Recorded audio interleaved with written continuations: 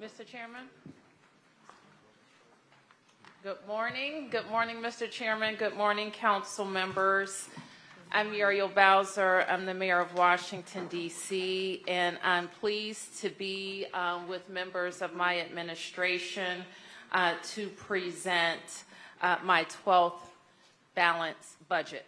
I want to acknowledge the Chief Financial Officer as well. Chief Financial Officer Glenn Lee, and I want to acknowledge the staff at the DC Public Libraries for hosting us here again at the beautiful Martin Luther King Library. Please give them a big round of applause.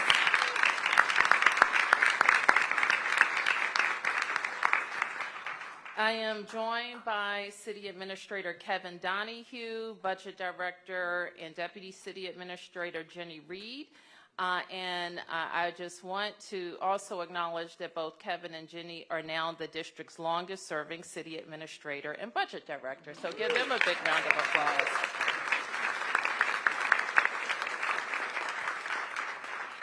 The Mayor's Moak, the director of the Mayor's Office of Legal Counsel, Eugene Adams, who is a long-serving lawyer for D.C. government, I want to acknowledge. Gene, thank you for your service to the district. Tomas Talamante, and my chief of staff, and also very long-serving member of my team, day one, as well as the district's first Latino chief of staff. Thank you. I want to acknowledge Lindsay Parker, also a long-serving member of my senior team and actually goes back to my ward for council office for driving innovation and change. Thank you, Lindsay. And if you would just give me one moment of personal privilege, I have to say, I met Jenny Reed when I was a council member in the ward for council office, and she was at the DC Fiscal Policy Institute.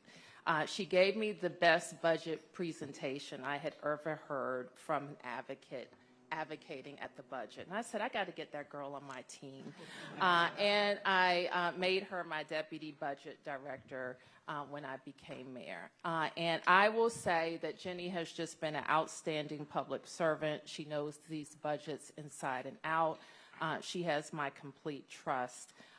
And she has been able, with Kevin and my city administrator teams over the years, to really present a clear-eyed set of options for me each and every year.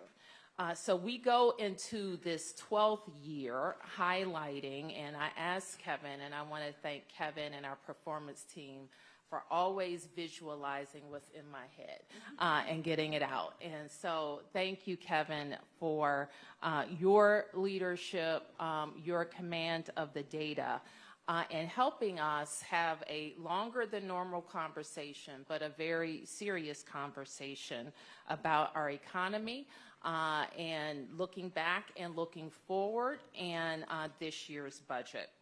So we're going to start off with what I call the 12-year look back, highlighting changing economic conditions in our city and their impacts. It's important for several reasons because I think we all have to be clear-headed about where we are and what it will take to keep growing. I also think we have to dispel this notion that the district is broke. The district is by no means broke. You can't have $2 billion in the bank and be broke. But what we are and what we need to be is more strategic about how we grow and how we spend. We have very strong fundamentals, and we have what it takes to keep growing and to drive growth. So in my view, we've been through three distinct periods in my tenure. What I call the pre-COVID good old days, where we have a raging economy, everything happening all at once, and we were actually more concerned about how we grow without displacing. And then growth was stable and predictable in that time. Then, of course, we had the COVID shutdown. Many of us were here and worked together.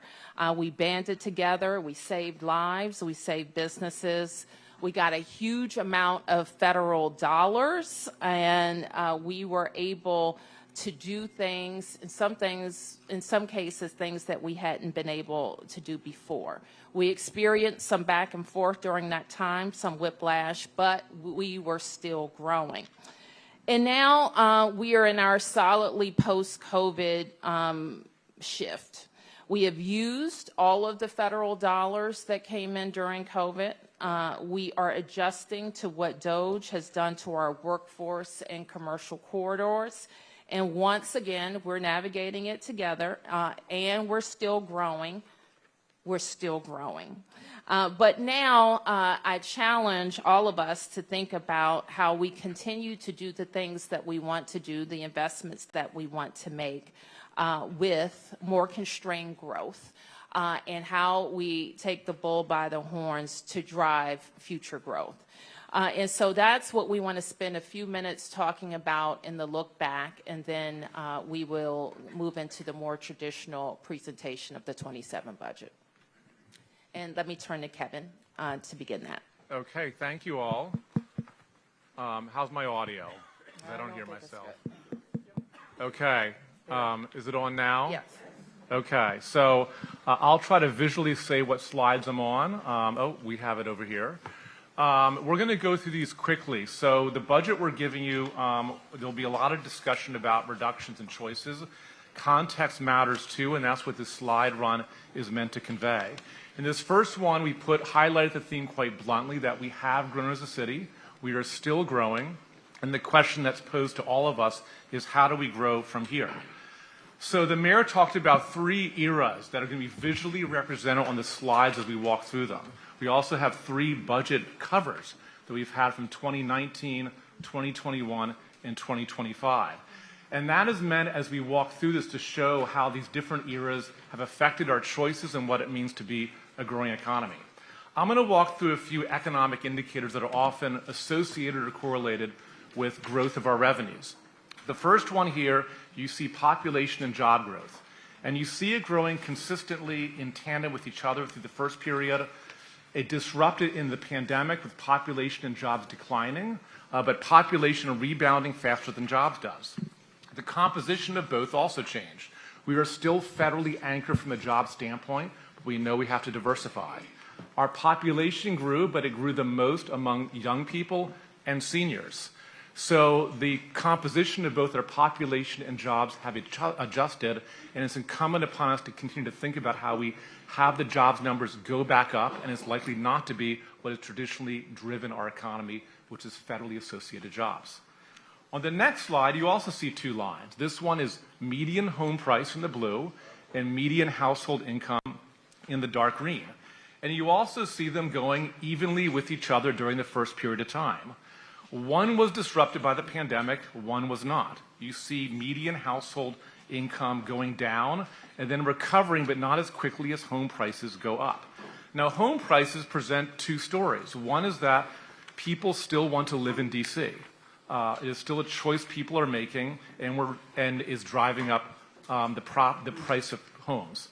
It's also reflected, though, we have supply constraints, and that also creates affordability issues, which is why over 12 years we have constructed 62,000 new homes, 17,000 of which are affordable. But you see the delta spreading between household income and median home price. So the question going forward for growth is how do we get the household income back up, going up like it was in the first segment of our era here. The next slide, you see a single line. This is one we've talked about at prior breakfasts like this, which is downtown demand, specifically occupancy rates. You see in the first time of stable growth, it hovers at about 90%. And very often our economic development strategy was consisted of how do we build more density of the office market, because if you build it, someone will fill it. You see it start to decline rapidly during the pandemic, but people did not return to work after the pandemic left us. It starts to flatten out, but at a much lower rate at about 81% occupied. This doesn't mean the buildings are occupied. It means there are economic contracts for that percent of our office space. And the difference between that 90% in phase one and the 81% in phase two have significant consequences to the value of our commercial property market, significant consequences to the viability of businesses that occupy the first floor retail, and impacts on the budget that we are here submitting to you. This leads to this final slide for me before I hand it off to Jenny, which is our revenue growth. So our revenue also in the first phase grew pretty steadily. Actually went down in 2020, but rebounded quickly, both driven in part by spending nationally that occurred as the pandemic left us, but also an infusion of very significant federal aid, some of which we were able to use as local revenue supplement, essentially adding money to our local budget that we are now spending down. So even though the revenue goes up, it's not going to be aligned fully with what the spending curve you have. In that final phase, you see the CFO projection about revenue growth. It's flat. So the phrase driving growth is supposed to have the imagery of that. That growth is a choice. And the growth in revenues that you see here was not entirely the basis of accident and good fortune. There are choices that we made at a city to be able to allow for us to grow consistently in the first phase, recover quickly from a pandemic, and in this phase we'll determine whether we hit that forecast or are able to beat it. Thank you, City Administrator. So I will now dive in a little bit deeper into that revenue growth. And what you see on the chart here are DC's 4 largest tax categories. So that's real property, general sales, individual income, and business income, and how they've changed over time, both in terms of their ups and downs, as well as their overall proportion of revenue that they bring in for the district. So you can see during the stable growth period, the 4 streams were growing together. They were growing in the same direction, and they generally stayed at the same proportion. But beginning with the pandemic disruption, each of the tax streams started to change for different reasons.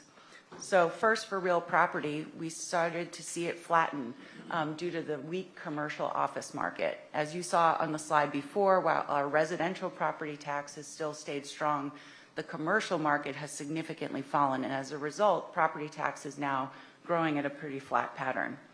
Sales taxes were hit particularly hard during the COVID-19 pandemic as businesses closed, but once we started to reopen and everyone started to go out and about again, those sales taxes started to recover, but they're still growing pretty modestly looking forward. Individual income tax has grown fairly substantially, particularly in the end of the pandemic disruption period. A lot of this is due to stock market gains, which the CFO has pointed out before. Those are pretty highly volatile sources, so they can't necessarily be depended upon to continue growing in that same trajectory. And then last, business income. While it has grown the largest percentage over time, it's still one of the smaller of the top 4 categories, and that growth has largely been driven by federal tax changes. Jumping to the next slide, it's also important to look at our revenue growth in the context of our local GDP. So we always look at our local GDP to see if we are expanding or contracting as an economy. And the good news is we are expanding, and we continue to expand every year. It also means that our revenue collections are pretty much in line with our GDP, and that we expect to see that trajectory going forward. Our next slide looks at the drivers of revenue growth. So when you look at the revenue growth that the city's experienced over the past 10, 12 years, it's important to note that more than 70% of that revenue growth is just from underlying economic activity, just from the general growth in the city. A much smaller proportion of the growth in revenue is actually due to tax changes. And so as we think about what is needed to support the programs and services that we care about going forward, it's important to note that the major driver of economic growth and of revenues in the city is from our underlying economic activity. And you'll hear us talk more about how we can drive more of that growth through intentional choices.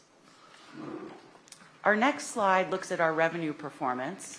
So the good news is that our revenues have outperformed our projections by an average of about $340 million since 2015.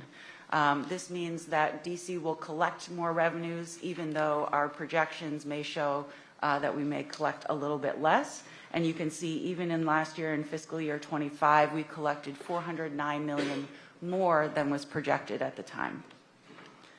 As the mayor mentioned at the beginning of this presentation, we are not broke. We have a very strong financial foundation, and one of those financial foundation indicators is our cash reserves. And you can see from the chart here, we have increased our cash on hand, both in terms of number of days, up to 66, as well as the overall cash reserves itself, which now sit at about $2.24 billion. This means that the district is very strong financially. We also still continue to have fully funded pensions, another really strong indicator of our financial health. Next, we look at our overall spending. So you can see from this chart that throughout the 12 years, we have continued to make investments in DC's future in both good times and bad. We will get to the FY27 budget presentation momentarily. You will see that it is a reduction compared to what we are spending in FY 2026, but the overall spending level continues to be much higher than it was in 2015. And then my last slide before I turn it over to the city administrator, you've heard us talk often about how 10 agencies make up the bulk of the district's general funds budget. And so we took a look at what were the top 10 agencies in 2015 and what are the top 10 agencies in 2025. And they are exactly the same. They are exactly the same 10 agencies that make up 64% of general fund spending in 2015, and they make up about 64% of general fund spending in 2025.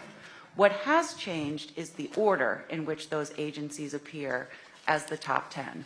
So you can see that in 2015, our largest agency was the Department of Healthcare Finance. That has now moved to number 3. In its place, the public charter schools has taken over as the top funded agency. You can also see the Metropolitan Police Department, which was at number 5, is now at number 7. DGS at number 7 is now number 8, and our Department of Human Services, which was number 8, has now taken over the number 5 position. It's important to keep this in mind as we go into the discussions about the budget choices, because if you're going to close a budget gap, particularly one of over $1 billion, it's very, very difficult to do without touching some parts of some of these agencies. And with that, I'll turn it over to the city administrator. Thank you. So for the final slide, we did change the slide around the visual here. You see the growth, driving growth, now extends out for the duration of our financial plan that we have in our budget, that you will now have in the budget that we are giving to you. The green line represents the CFO projection on growth, which is just under about 2% a year. The blue line represents our historic growth, just under 3% a year.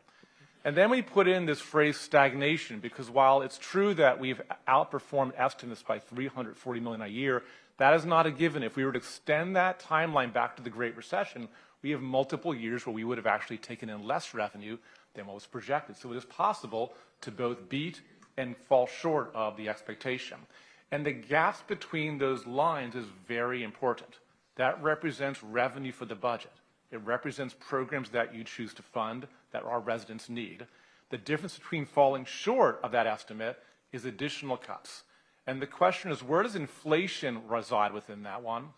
Inflation typically resides closer to that blue line than the green one. So even if you are hitting expectation, we'll be in a position in future budgets where we're effectively making reductions because we have to keep up with costs that we don't control that exist in the world. So that leads me to the 3 questions that the mayor challenged us with almost every budget meeting we had, which is how do we keep families and attract new ones? How do we create jobs that produce funding for our budget? And how do we grow our economy? These 3 questions really was the lens in which the mayor would scrutinize our new investments. Those questions are somewhat eternal. They don't change. The answers have to evolve with the circumstances. So the answers to how we attract families and businesses and jobs was different in 2015 than it is in 2027. And our ability to drive growth and answer that well will be the difference between whether in future budgets we are able to take that excess funding to apply to critical programs, or we have to, or future versions of me, have to submit budgets that are tough choices. How do we do, Mayor, on that one? You did good. Okay, so with that, let's jump quickly into our FY27 budget presentation. And before I turn it over to Kevin and Jenny again to go over some specifics, I just want to say a couple things. We can move to the next slide. You've heard me say this before, that there are so many things that set us apart from our peers, cities and states, our park system, what we've been able to do in building housing since 2015, our investments in achievement in our public schools, our investments in achievements with our public libraries, and the incredible gains that we've made in public safety. And investments that we'll talk about today have all been reflected here with this budget. We have prioritized several things: public education, public safety, preserving core services, and preserving in health care for DC residents. And finally, growing our economy. So we'll talk a little bit about that. I want to spend just a moment saying one of the more particularly difficult spaces in our budget is healthcare. And how do we preserve coverage while healthcare costs are rising rapidly? And we have been able to do that largely because of the just really innovative thinking and hard work of two of our agencies. And I am presenting those leaders with what I am calling the DC Impact Award because what they have done is so transformational and impactful. So please join me in acknowledging Wayne Turnage, the Deputy Mayor for Health and Human Services, and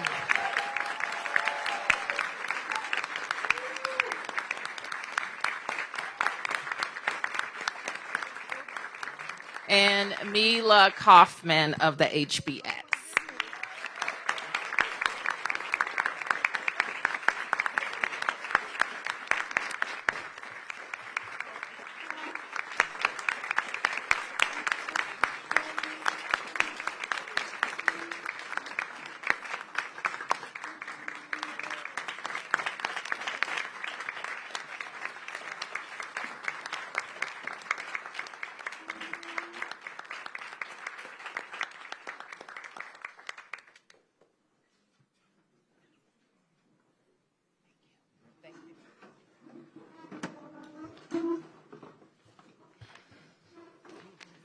So with that, let's take it away. We'll get into the 27 budget. Thank you. And I just would just to add, being able to preserve health care that we have, given that we started out with a $1 billion budget gap, was an extraordinary feat that everyone at those agencies, as well as the budget team, deserves enormous credit for being able to do. So with that, here are the top line reminders before we get into how we close that budget gap. The budget we're submitting to you, the general funds budget, will be $12.7 billion, which is a 3.3% decrease from the revised budget of FY26. The majority of that funding, like it has in prior years, goes to public education, health care, and human services. The next slide, you'll see our capital budget. Over our 6-year capital plan, the budget we're submitting to you will have $11.2 billion of proposed capital improvement spending, which is a 4.6% increase from the existing budget. And almost 3/4 of that goes to schools, transportation, and metro, as it has in prior years. Now, if you go to the next slide, we will now get into the way in which we constructed and navigated closing the budget gap, but also making investments that answer these questions. How do we keep and grow our population? How do we attract businesses and jobs? And how do we do so in a way that funds those critical services? And I'll turn it over to Jenny to walk through the way in which we made choices around both reductions and investments. Thank you, City Administrator. So you all have seen this slide before, but we wanted just to remind you sort of where we started, which was we were looking at a $1.1 billion budget gap due to fewer resources, meaning smaller year-end surpluses, slower revenue growth, directly resulting from our federal workforce reductions, and newer rising costs. Our Medicaid costs have continued to increase significantly. Our overtime costs have continued to grow. We now need to take on more of the administrative costs of the SNAP program based on federal legislation that was passed last year. Our retirement costs continue to grow. And then just like many families around the city, our utilities and our rent costs are also rising as well. So when we looked at the $1.1 billion gap, we did a couple things in order to close it. So the first was we looked for current year savings. What were reductions that could be made in the current fiscal year to allow us to carry forward some resources into FY27? That was about $340 million of reductions. In FY27, we also made about $470 million of reductions, as well as were able to capture some savings. The revised revenue estimates between September and February showed collectively about $250 million of revenue increases across 26 and 27. There was also about $192 million of surpluses and adjustments from various accounts. And then lastly, $19 million in tax and fee changes. So let's talk about what some of those cost increases were and some of the reductions. So as I mentioned, Medicaid costs continue to be one of our biggest challenges. We saw year-over-year costs in Medicaid grow about $172 million, driven largely by growth in special populations, provider rate costs, and overall enrollment, and also an aging population. Our overtime costs are about $92 million. This is largely for our public safety agencies, as we all know, have mandatory staffing requirements. And so if we're not able to get folks in, we've got to pay someone overtime in order to do the work. The SNAP administrative cost that states have to take on today is more expensive based on federal legislation that was passed. So we now have to pick up a larger share of the costs that the federal government used to provide, and that cost another $36 million. Our retirement contributions went up by $26 million for our teachers, police, and firefighters. And then our fixed costs for our DC government facilities, so things for energy, leasing, and telecom, also went up by about $26 million. So not only did we have to make sure that we could cover those costs, but we also still had to close a gap. So these are not an exhaustive list of all the reductions, but they are some of the larger and more notable ones. So the first difficult choice that we had to make was remove funding for future pay increases. This means that we had to remove funding that we set aside for collective bargaining agreements for future negotiations. We also had to look at scaling back the universal paid leave program. Similar to last year, we are recommending reductions to make the program more sustainable, but we will also need to pause in 2027 for 1 year folks taking leave for medical for themselves or for their family members. Parental leave and perinatal leave will remain as is. We are shifting away from the pay equity model. We wanted to make sure to prioritize funding for the current child care subsidy recipients and PKEEP in order to maintain access and affordability. We took a very hard look at all of our workforce development programs this year, trying to understand which ones actually do a good job of getting residents into jobs that they stay in. And unfortunately, we did not find great results when we looked across the spectrum. One of those programs that we saw that is not working particularly well is our TANF employment program. So this is a reduction, not an elimination, but we do need to focus more on those programs that are delivering outcomes for residents, and we need to retool the program itself so that it is actually leading to people getting jobs. We've also taken a look at some of our mental health and substance abuse services. We've found over the years that there's been an uptick in fraud, waste, and abuse of the system. We have already put limits on our mental health services in order to prevent that fraud, waste, and abuse. And now we're doing it for the substance use disorder program as well. So people can still get the services they need, but we're not unnecessarily paying providers for services that really aren't being delivered to residents. We are also placing new limits on DC government liability. So just like our neighboring jurisdictions in Maryland and Virginia and Delaware, West Virginia, we are placing limits on the amount of liability payouts, so that we can better control costs. Next, we are also scaling back our rapid rehousing program for individuals. We will maintain funding for the approximately 100 people that are currently in service in the program, but we'll have to pause additional entries for new individuals. And then lastly, we're eliminating our duplicative family service centers. These are centers that provide access to services that residents can access at other locations throughout DC. And now I'll turn it back to the city administrator. And for the sake of, the mayor passed me a note with the word faster on it, so for the sake of time, some outstanding content here that you can read. But what I'm going to do is, on the left we have investments since 2015, in the middle we have key outcomes, on the right we have key investments. What I'll do and what Jenny will do is we'll just identify one or two from the key investments, recognizing that the investments we've made over the course of time have really led to some outstanding outcomes.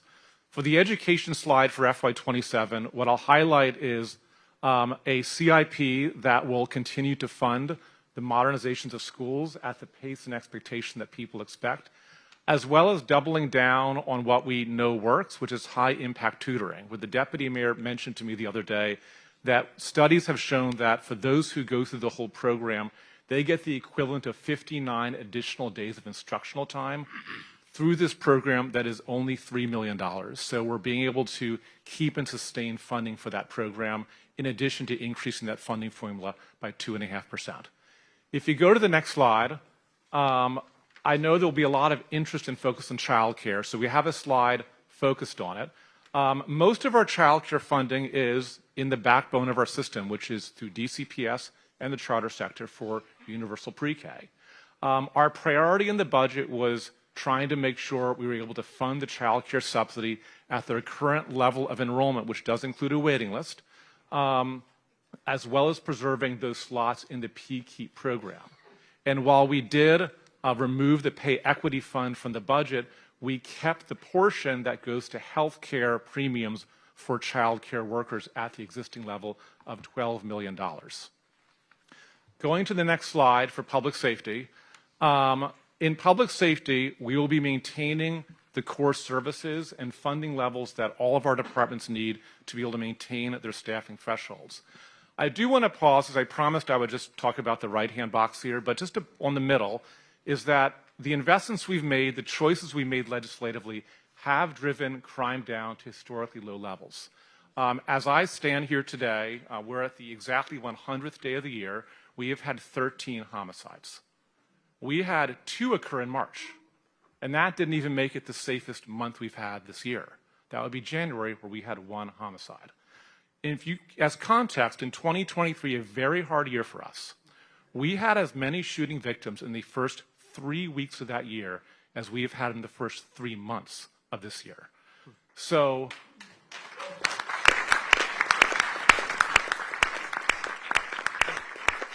it was important.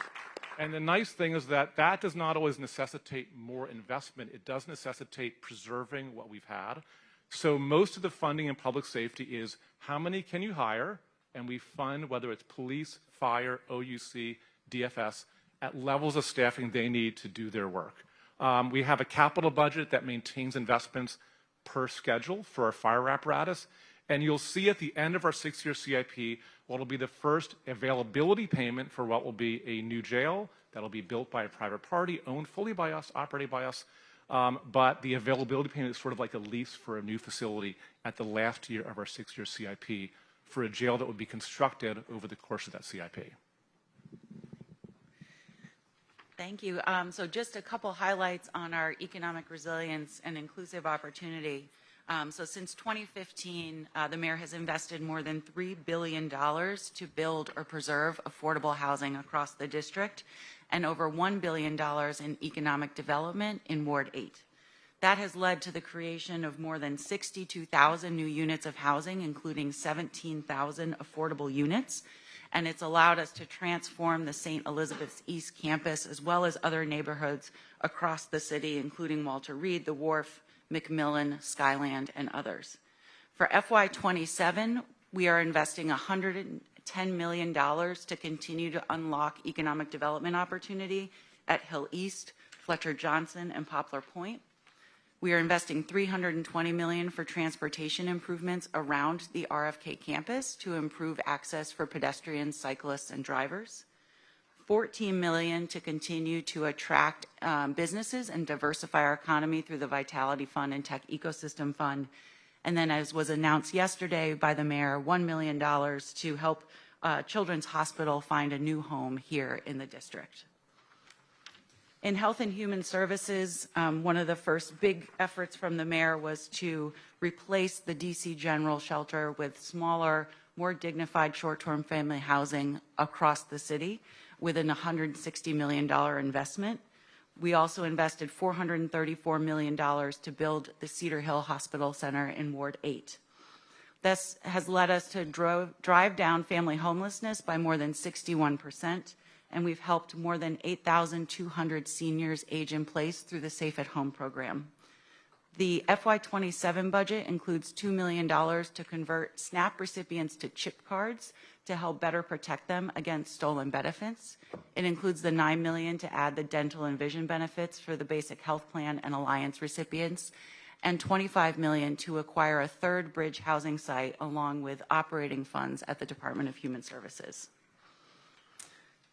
Also, since 2015, the mayor's invested more than $520 million to modernize or renovate 80 recreation and community centers, 35 aquatic facilities, 105 playgrounds, and more than 851 acres of green space. In addition, $440 million went to build the beautiful Frederick Douglass Memorial Bridge, and more than $305 million for trails and bike lanes and other traffic safety improvements across the city. This has led us to be the #1 park system in the nation for several years in a row, as well as have record ridership on Capitol Bike Share, which is now located within a quarter mile of every resident across the city. In FY27, we'll invest more than $430 million to keep our roads, sidewalks, and alleys in state of good repair, more than $4 million to continue our Clean Corridors initiative through the Department of Public Works, $61 million for DC government IT and cybersecurity upgrades, and maintain the $121 million to create the new home for the DC archives. And with that, let me turn it back to the city administrator. Because some of our future depends on our ability to grow our economy and our revenues, we wanted to be really explicit about the elements here that did relate to that. And this is not an exhaustive list, but in the first part we want to make it easier and less expensive to do business in DC. So the budget will include lowering certificate of occupancy fees. It'll also include adjustments to legislative adjustments to the process by which businesses can incorporate. And we also wanted to reference existing legislation introduced already around procurement, around rental, short-term rentals, around DC hospitality that make further changes to make us a more friendly environment to create jobs in. The second item is making it more predictable to do business in DC. So in the second bullet of number 2 here, we're making adjustments and revisions to evolve the building energy performance standards to allow for more time to learn from what we're doing in Cycle 1, as well as delaying the Net Zero Energy Code, but for the purpose of having new energy codes developed based on the national 2024 standards that will allow for more time to have an energy code applied both to the district as well as all businesses operating in the district. And the other element here, which is the first bullet, is I think our third time submitting this, and hopefully third time is the charm. But that's to legislatively require all district agencies to have employees in the office 4 days a week. This helps with those first floor retail that really rely upon people coming into the city. It also reflects the fact that we have very expensive leases, millions of dollars for leases of offices that are not occupied, but are paid for by us. There's a fundamental principle of fairness here, where we need offices that we pay for to be occupied, or for the agencies that lease them to give up those leases. So that is item 2. And item 3, I ask the mayor for Sure. jumping in. So we're just really pleased to be helping Children's National think through the next iteration of their hospital, and they just are an incredible part not only of our medical and healthcare community, but of our employer community, employing many thousands of workers, many of whom are DC residents. So we have been engaged in this conversation with them for some time, led by Deputy Mayor Albert and our team at DEMPED, and I'm pleased that we've entered into an exclusive period where they will be evaluating district sites for a period of up to 1 year. And you see some of the items here, and we have included in our proposal to you, helping them with that due diligence analysis with a grant. The fourth strategy that we want to highlight is our federal properties that might be going up for sale, or for federal agencies that have announced that they're moving. So the map you see here on the slide, if you look at the buildings highlighted in pink, those are federal buildings for sale, or the agency has recently announced that they're moving. So if we want to continue to grow DC, we really need to redevelop these federal properties. There's already planning underway to create mixed-use neighborhoods in Southwest and connect our cultural and entertainment core all the way from Gallery Place, Chinatown to the Wharf. What this budget includes is a 20-year tax abatement for federal properties, a 20-year property tax abatement for federal properties to encourage redevelopment, with the proceeds going into a downtown revitalization fund. And then lastly, before I turn it back to the city administrator, we need to also make sure that we continue to invest in downtown and diversifying our economy. I've already talked about the importance of the Vitality and the Tech Ecosystem Fund. We are also reducing costs, expanding eligibility, and streamlining our Office to Anything program. We're investing in infrastructure around Gallery Place and Chinatown for a great visitor experience, and supporting Chinatown through the lease program and renewal initiative. And then lastly, we want to continue to make progress on developing neighborhoods across the district. I already mentioned the $110 million to make way for development at Hill East, Fletcher Johnson, and Poplar Point. There are also 3 new tax increment financing programs to implement projects at the Reeves Center, at Bryant Street, and at Northeast Heights. We're making improvements to the supermarket tax abatement to provide more flexibility and attract more grocers to underserved areas. And then lastly, incentivizing investments in 4 metro station communities through a 20-year tax abatement in Tacoma, Friendship Heights, Fort Totten, and Deanwood. And for the very final slide, we know that occasionally, sometimes, the council has resources that are made available to it that the executive doesn't have. So we did want to put forward what we call our contingent revenue or contingent spend list. And this, in all seriousness, did reflect some of the last cuts we had to make when we thought we were balanced, but we weren't quite there, and some of the most difficult that the mayor deliberated on. And that includes, in order, the funding that we had to remove that was set aside for future collective bargaining agreements. Our employees work hard, they put themselves in harm's way, and they do deserve pay increases. Child care programs. There will be much discussion about the pay equity fund, but our child care subsidy still has a wait list, and funding ought to be, if available, focused on that affordability question of allowing families to be able to access financially the child care that exists in DC. The third is the universal pay leave program, that pause we're doing for 1 year. We do think the program should be right-sized to have sustainable revenue and benefit stream, but we took a pause for a year that we weren't planning to take when we really began this budget process.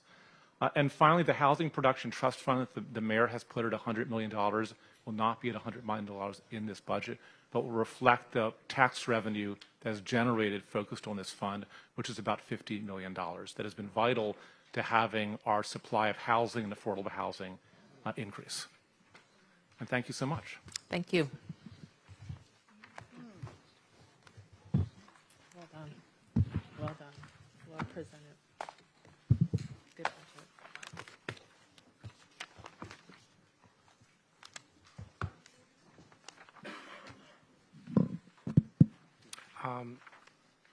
So I have a couple questions, and I know members do. On the list, I have Wendell and Anita. There'll be more. Robert. I have a couple of questions. Can you explain more? First of all, thank you for the presentation. And thank you also that you're making this presentation today, April 10th, when the budget submission will be on April 14th. I appreciate that. I mean, I know that you were done with the budget at the end of March. But because of the delays, we have the submission to the council on April 14th. And so the fact that you're making this presentation a few days before that gives us more time and the public more time to understand, think about, reflect on the budget you're proposing. So thank you for that. And I'll make some remarks at the end and go over what our schedule is. But could you say more about, I'm looking at the slide that's key reductions, scaling back the universal paid leave. Can you say more about what that is? And also reducing the TANF employment program? Let me start, and then I'll turn to Jenny. You will recall, Mr. Chairman, we submitted some changes, I think it was last year or maybe 2 years ago, of some suggestions we had for right-sizing the paid family leave program. Specifically, I think it was around, the definition of qualified family members and the like. With this budget, it's more dramatic than those suggestions. And we focused on how do we preserve parental, paternity, maternity, prenatal leave. And there is no change to that. In the first year, we have a pause on all medical benefits that are not maternity or paternity leave.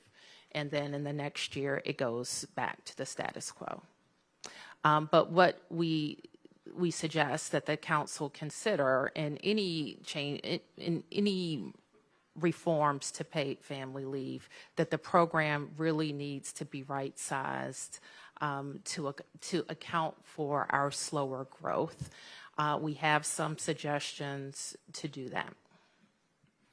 Can you explain the TANF employment, reducing the TANF employment? And I think I know a little bit about that there was, I'm sort of trying to lead the question here, that there was some analysis with regard to job training programs, and I'm guessing that this is a product of that. Yes, that's correct, Chairman. So the TANF employment program, the total budget is around $22 to $24 million. So this is not an elimination, but this is a reduction. As we looked across outcomes in workforce development programs, I believe that we found a 6% of all participants in the program, 6% were in a job at the completion of the program, which is quite low. And so as a result, we are reducing the funding that we provide to private entities that provide the job training. And we need to refocus the program itself and make sure that people are getting job training or are actually getting jobs at the end. So there are other job training programs that are seeing better results, and those are being preserved in this budget. That's correct. I had a third question, and this is on the 12-year presentation, the slide 10, the revenue performance. So in FY22, this is revenues outperformed projections. In FY 2022, outperformed by $800 million. I recall a higher number, and I think that's because I looked at the February revenue estimates that would have been a year before, and then compared that with what the actual was. I'm guessing that this is a different calculation? This is looking at the actual revenues that came in versus the 12 months prior. So in FY22, this would have been an estimate completed in FY21. I do think FY21 and 22 are outliers just because that's when we were coming right out Sure. of the COVID pandemic. But what you did was you looked at the estimate when the budget was formulated. Yes, and then what was actually collected. All right. Councilmember Tranwhite? Thank you. Thank you for this presentation. I know there's more to dive into for a $22 billion budget. I guess I'm going to start with City Administrator. You said that how do we keep and grow our population? I know when I first came to council, we was trying to get DC to 1 million people. I think we were heading towards 700,000 people. We never really got there. I'm concerned about the level of African Americans that are leaving our city. I think in the last census we lost almost 20,000 people, especially for working class people in the district. I wanted to know, based on your budget, because I know Mayor Bowser, you have taken a stance against ERAP and we're stopping the rapid rehousing program. What programs do you have as safety nets for those who are struggling to stay in D.C.? The electric bills are going up. I think we allow for increases in rent, 6% twice, which would be 12%. But the revenues that people are getting every day is not keeping up to staying in D.C. How does this? I got two questions, Chairman. So this is my first question. How does this budget speak to the struggling working class people trying to stay in D.C. and what you call the pathway to the middle class? How does this budget support that? It focuses on how people get jobs and how we make sure that we are attracting jobs. And one of the biggest investments that we have with people who have lower incomes is in healthcare, and it's a huge investment. I would say the second biggest investment is in schools, and making sure that we are investing in schools. But I think what we're trying to demonstrate that for all people, we have seen overall growth in the last 12 years. I think our population is up 4%. We actually did, before the pandemic, get over 700,000, and we've seen a dip, and we have to go back to that growth. The human services programs, you notice in the last 12 years, our human services agencies actually have a greater share of our investment than they did 12 years ago. Those programs include totally transforming our homeless services system, getting people through the homeless services system into more permanent housing, and to make sure we have had to reform rapid rehousing to make sure that people who are getting a rapid rehousing voucher have a chance of using that voucher as is intended for the short term, so that another family who's in need will be able to use it next. Finally, we have invested in what we think is working, 2 bridge housing facilities. This budget includes a third one that help us with people who are really struggling with housing, who may be on the street, to go into an interim facility, bridge housing, before they move into permanent housing. Where are those located, Mayor Bowser? 2 in Ward 2, one in Ward 2, one is at 6 near Union Station. One's in Foggy Bottom area, one's in Union Station, and we're on the search for a third one. And the budget will include funding for a third. And if I could just add to the question, occasionally we do actually survey and do studies of why people who are living here left here. And generally there's 4 reasons that rise to the top. One is people follow a job. So if their job is not in DC anymore, they leave for their job. Second is the cost of housing, which in DC is often constrained by supply and trying to add supply of housing.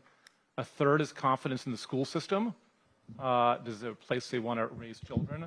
And finally, perceptions of public safety. So I do think in all four of the reasons that why people who live here, leave here, we very intentionally try to address all four of the reasons. And one final question, Chairman. It may not be final, but for this round, I don't know if we're going to have more. You said in the presentation you had key cost increases, and I totaled it all up. It was about $352 million.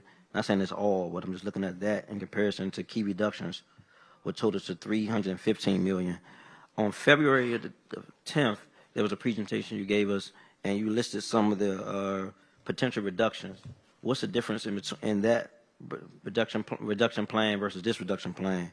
I do see the shift away from pay equity model is still in there, and reducing TANF is still in there. My question is, one was moving all fixed costs out of DCPS into DGS. It means a $32 million cut in charter schools, further alliance restrictions, TANF sanctions, pathways program, violence prevention, ERAP, HPAP, and other programs. Which of those programs are stable or have been reduced? What are you looking at? I'm looking at the PowerPoint presentation you gave us on February 10th Okay. versus this one. I don't know which one's made and which one's didn't. Okay, we can go over a couple of those.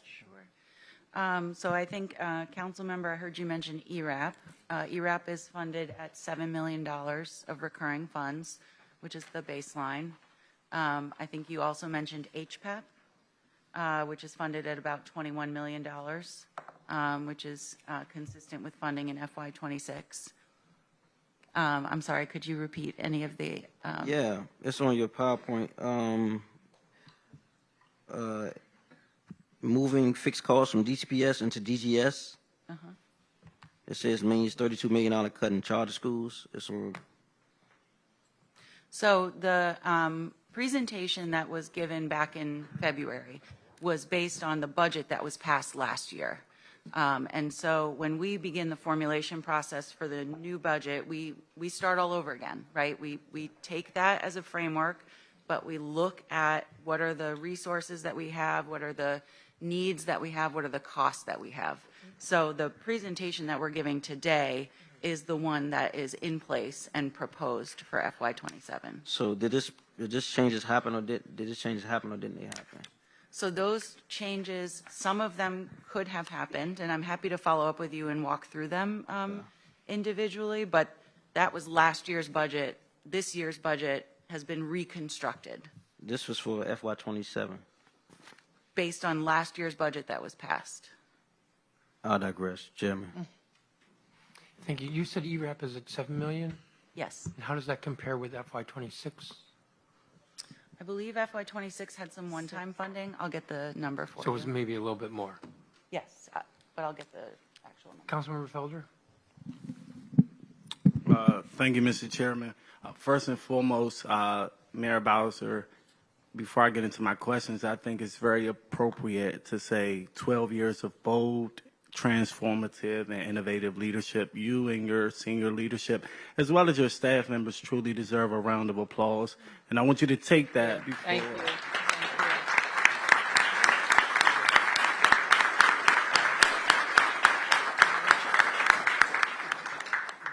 You know, it was about a year ago.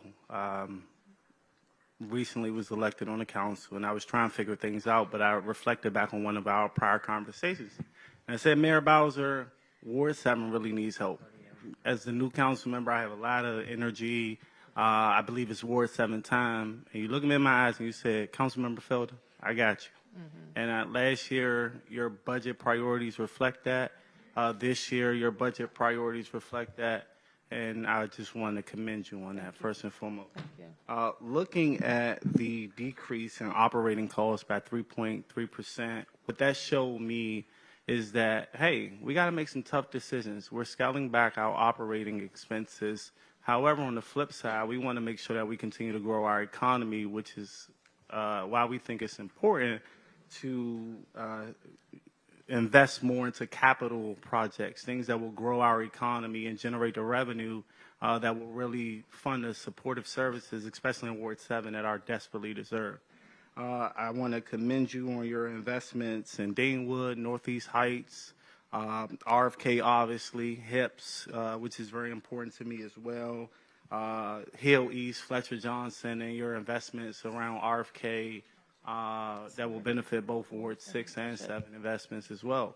And to my friends at Children's Hospital, if you're looking for a location to go to, I want to be the first person to put that bid in. Ward 7 is the best location. Come on, we got space. It's Ward 7's time.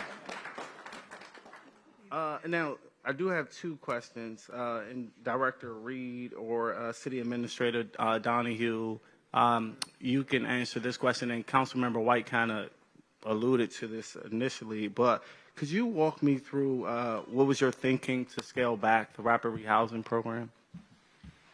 Sure. Well, I think that in a tough budget, there were a lot of tough choices. There's two rapid rehousing programs, one geared towards families and one geared toward individuals. The program geared towards families stays as it is funded for FY26. But for FY27, we had to take a look at all of the programs and services that were offered across the Department of Human Services. As we mentioned, it's not only one of the top 10 agencies, but it's increased in terms of its rank in the proportion of our budget.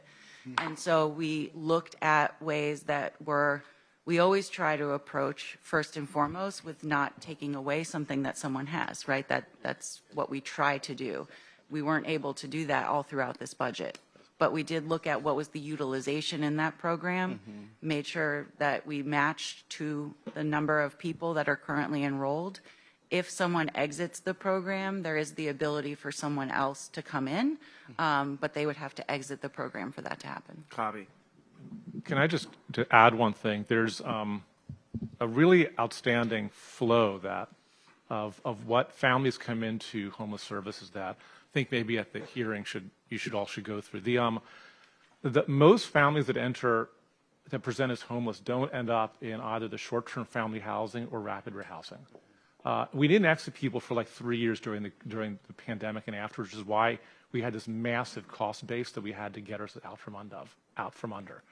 Most people who show up are put into what's called Housing Homelessness Prevention Program, or HPP. The majority of individuals, the majority of families benefit from basically, we don't want you to be able to have to go to rapid rehousing because that creates a cliff at the end of that time frame for it. So I do think we've added some money to the homeless prevention program, and I think the discussion really is an incredibly cost-effective way of having families and individuals not end up in much more expensive parts of our system that we cannot sustain financially. Thank you for that, City Administrator. And then if someone from your team can get me a list of the family service centers, I know there's been some reductions, but it just will be helpful just to know what wards will have them. And with that, Mr. Chairman, I will yield, and I look forward to looking or receiving your budget on the 14th, and then I'll dive deeper. But thank you. Thank you, Councilmember. Councilmember Bonds. Thank you very much, Chairman, and thanks to the mayor and her team. I know that we just awarded a few outstanding members of the team, but I would like to award and thank you all for your service, because it's not over yet, but I do know that, well, this will be the last budget opportunity that I will have to thank you. And it's certainly been a pleasure working with many of you, those that I've gotten to know. I could ask us to stand, give the mayor a round of applause.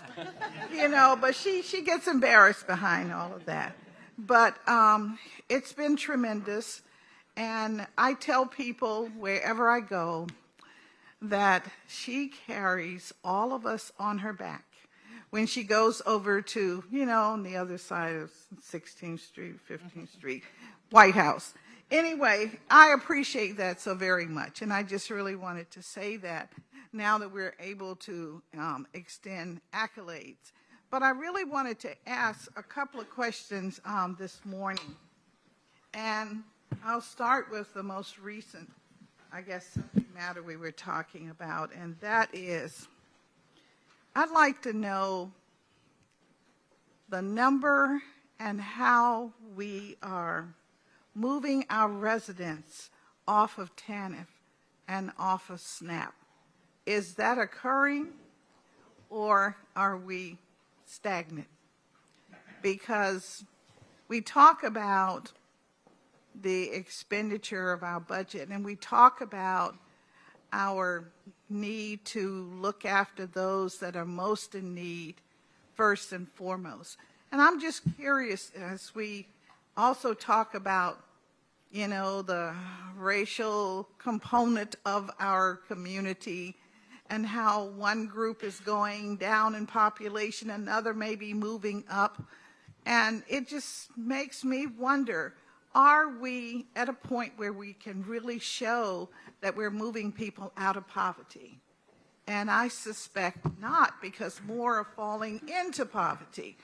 Yet, we sit as, I think, sort of like in a little vacuum here, the district government, because most district government employees are well paid in consideration of those in the rest of the population. And as a result, I just don't want us to lose, I don't want us to lose the feeling that happens in community where most people are really caught in this community, high income, high cost, and it's very difficult to make it. And I was just wondering, when we talk about where we're going as a government, how do we put our resources so that we at least can lift 5%, 10% as we try to move forward, as opposed to thinking about maybe some other things, and recognizing that our economic growth is tantamount to being able to take care of people. So I just wondered if you had some thoughts on that and if you would share it with us. And I know I'm taking up too much time, Chairman. Okay. Yeah. You started with asking kind of our approach to TANF and SNAP, and we have worked over the years to look at innovative ways to make sure that people can be on a sustainable path to work, to a sustainable job, while not losing their benefits. And candidly, we've had some success, not as much success as we'd hope with those types of programs. We've invested with other programs that were like income maintenance programs that were provided through one of our nonprofits as a grant. So I think we've had some success, but I don't think people have found a pathway to sustainability in that way. We have focused on sustainable jobs where people who have no work or no work experience and very significant barriers to employment to go into our DC Infrastructure Academy, to use our Pathways program and other programs to help get them on a sustainable path. And part of the chairman mentioned that Deputy Mayor Kine and Director Morris Hughes have been focused on the programs that we're investing in that just aren't yielding results, and how do we shed those programs and focus on other programs that do. So if you look at the types of programs that we invest in our most vulnerable residents and compare them to any place around us, you'll see that, you know, we're the gold standard, from health care to transportation supports, to housing supports, to out-of-school time supports. We invest a lot, and I think you are right to focus on how do we get people to be self-sustaining, and look at some of those programs that we offer here that nobody in the nation offers. Thank you, Mayor. I appreciate that, because sometimes I think we forget that we're doing so much, and my group, those of us at the council, I'm sure we'll come up with something new that you need to do. So just want to put that on the table. It's the truth. It's the truth. All right. I was going to ask a little bit about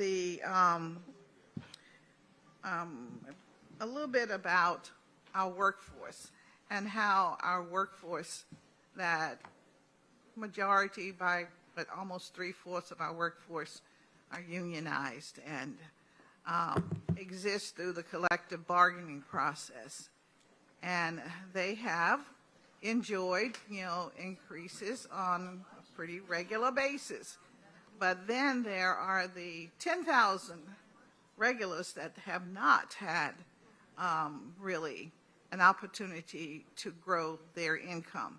And so I'm just wondering, are you anticipating that we'll get a little kickback or a little fuss from those who are in the unions, who are anticipating that they should have and continue with their growth in income? As Kevin mentioned, we have submitted our own contingency list, council member. And on the top of that, everybody knows how I feel about making sure we pay our people.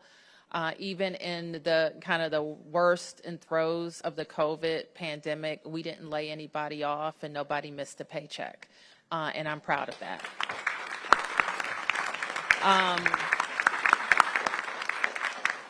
We have negotiated some pretty phenomenal, I think, and fair CBAs. Nobody likes to mention this, but we negotiated 3 teacher contracts, which made our teachers among the best paid in the nation, which has allowed us to attract an incredible core of teachers, which is directly related, I think, to the achievement that we're seeing in our public schools. We recently negotiated a contract with our police officers. We had a big contract with Comps 1 and 2 that are going to be due.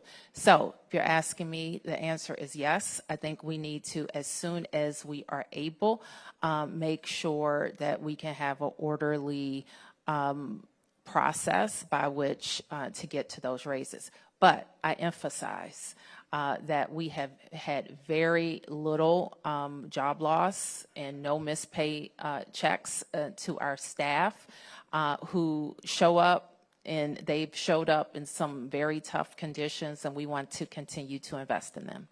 Well, I wanted you to reiterate that so that the public that may be listening, and certainly our employees, the lion's share of our employees, understand that things are good and ripe here in the District of Columbia.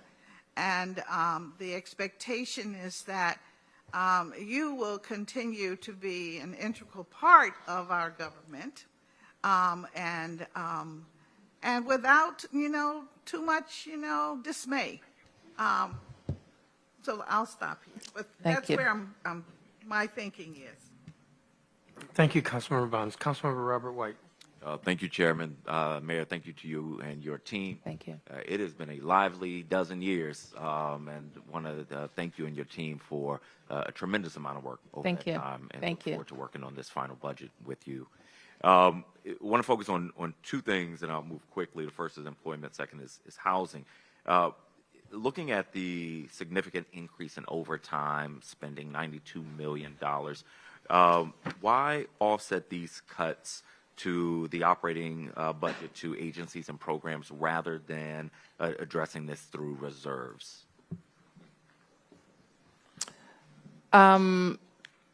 Why didn't we spend reserves? I mean, we did advance about $340 million in what was that the number from yes, in 26. So we put $340 million towards that.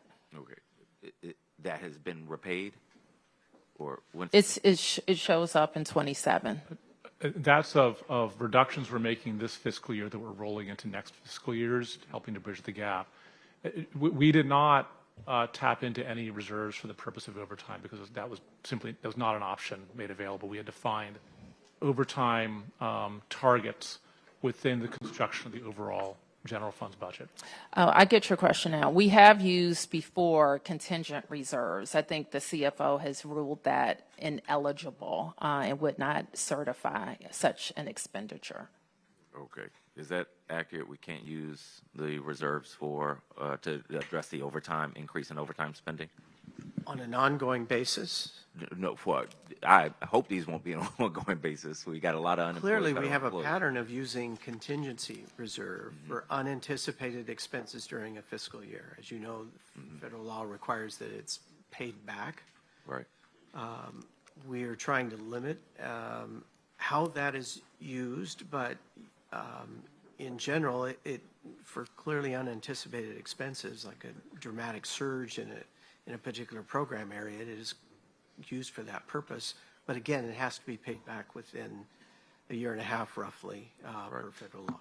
Okay. We'll work together on that, and with the number of federal and federal adjacent employees that have been laid off, my hope is that we won't have the same level of vacancies in agencies that are leading to overtime. I just would like to point out that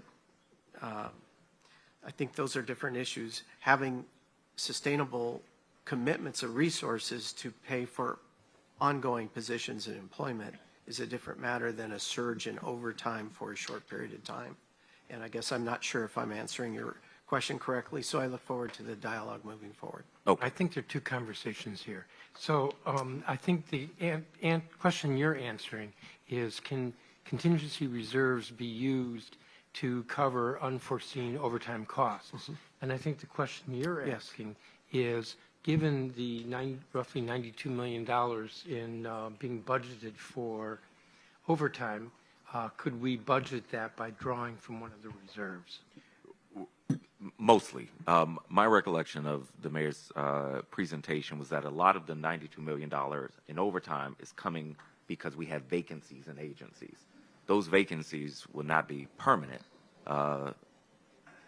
ideally.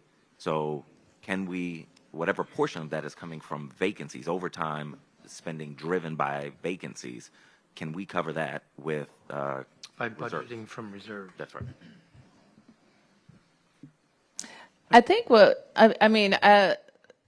I think while it is, I might do it differently. I think that we will have persistent overtime at MPD. We will have it. And we could have more, which we would cover using contingency dollars. Right. Yeah. At MPD, I think Yes. you'll be with us for a while. So we'll work to Okay. on that. I appreciate it.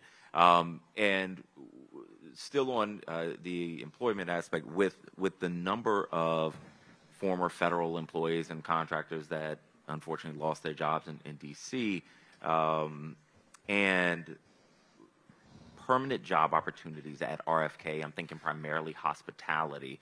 What are we doing in this budget, especially with cuts to job training, to make sure we are preparing former federal employees to move into permanent jobs, but also residents to work in the permanent jobs that are coming at RFK? Do we have programs funded for those purposes? Well, I would encourage, and we are encouraging through our process, and Lindsay might say more, a lot of the hospitality work that council, as you know, directed to unions. And so it would be my hope that we're all working together to ensure that all of the union shops are putting systems in place to train DC residents. As you know, I have a great concern that a lot of those union jobs will flow out of Philadelphia and bypass DC residents. So it is important that the unions kind of step up to the plate to make sure DC residents are entering their systems so that they're hired. Okay. I think that's another place that we agree and can work Yeah, together. for sure. Particularly on the permanent post-construction jobs, but absolutely on the construction jobs. Absolute. Construction and the hospitality jobs are also associated with those union shops, as you know. Yes. And finally, on housing and homelessness, it's been asked about the rapid rehousing reduction or elimination for individuals. What's the proposed funding for other housing vouchers like LRSP? Jenny. So there's no proposed change to LRSP or DC Flex, Career Map. All of those remain funded at FY26 levels. And if I could just take this moment to also say that the current budget for ERAP is $8.6 million. Thank you very much. Thank you, Councilmember. Councilmember Henderson? Thank you, Mr. Chairman, and good morning, Mayor. Good morning. Thank you for this presentation and the look back. I would say that for some of the cuts that are being proposed, or at least the ones that are here on the paper, I think in some cases they do reflect some of the oversight, and so I actually want to applaud your team for hearing us in some of the hearings.